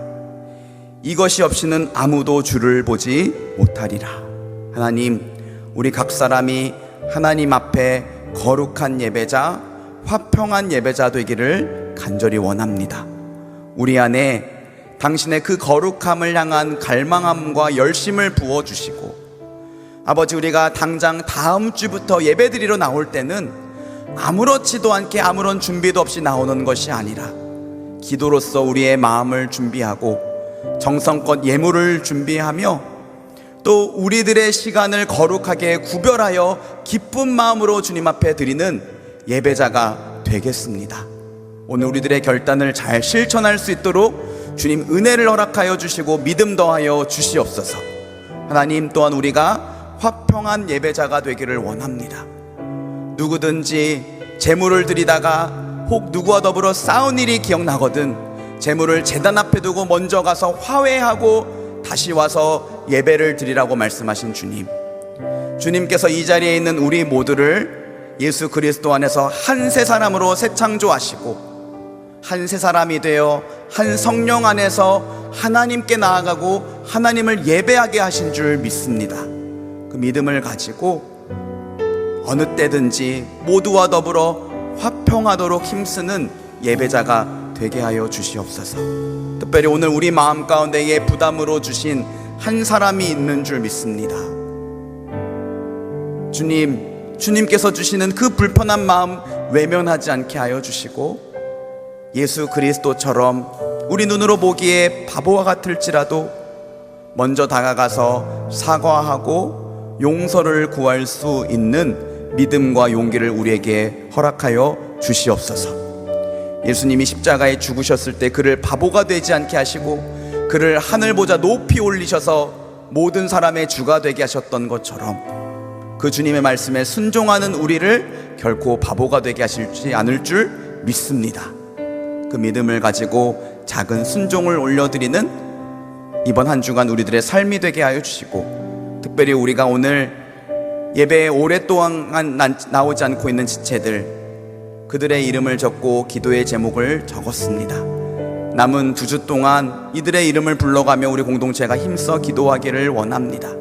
주님 기도를 들으시고 그의 심령에 찾아가셔서 역사하심으로 말미암아 그의 삶 가운데에 예배가 회복되고 믿음이 회복되고 우리 모두가 화평의 예배자 거룩한 예배자가 될 수 있도록 하나님 축복하여 주시옵소서. 주님께서 그렇게 응답하실 줄 믿사오며 사랑이 많으신 우리 주 예수 그리스도의 이름으로 간절히 기도드립니다. 아멘.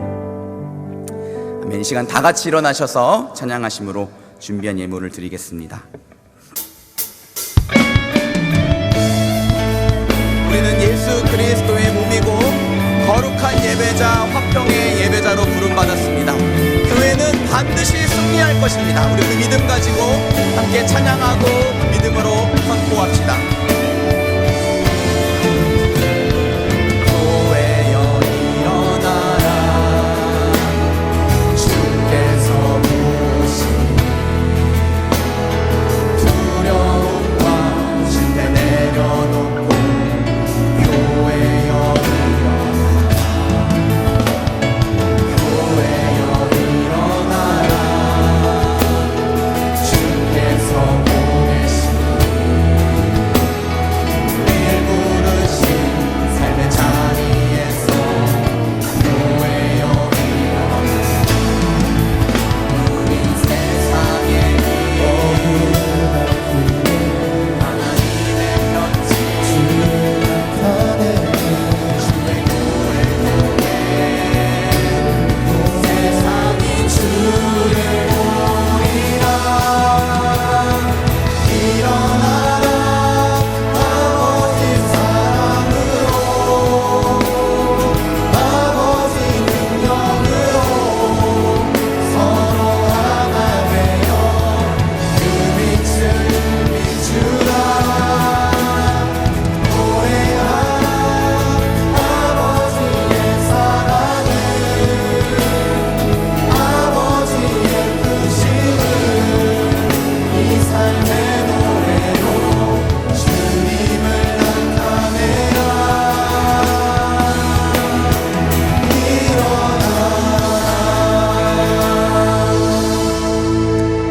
참 고마우신 주님, 우리에게 있는 모든 것들이 하나님께로부터 말미암음을 믿고 이 시간 그 중에 일부를 구별하여 주님 앞에 예물을 올려드립니다. 이 예물과 함께 당신을 사랑하는 우리들의 마음도 우리들의 믿음도 삶도 올려드리오니 주님 기쁘게 받아 주시옵소서. 이 예물을 하나님께서 기뻐 받으실 만한 곳에 하나님이 원하시는 곳에 거룩하게 합당하게 구별하여 사용하여 주시고 이 예물이 쓰이는 곳마다 주의 몸된 교회가 세워지고 영혼이 살아나고 하나님 나라가 임하는 놀라운 은혜의 역사를 이루어 주시옵소서. 특별히 물질의 주인 되시고 우리의 아버지 되신 주님, 당신의 자녀들이 물질 때문에 궁핍함 겪지 않도록 때를 따라 필요를 따라 채워주시고 베풀어 주시옵소서. 때로는 적은 것일지라도 믿음으로 나누어 더 크고 풍성한 하늘의 복을 누리게 하여 주시옵소서. 몸이 아픈 자, 마음에 상처 입은 자들 하나님 만져주시고 치유하여 주시고, 가족을 위해 간절히 기도하고 있는 지체들 참 많이 있는데 하나님 그들의 믿음의 기도가 그치지 않고 주님 속히 들으시고 응답하여 주셔서 사랑하는 가족이 평안을 찾으며 건강을 되찾을 수 있도록 하나님 역사하여 주시옵소서.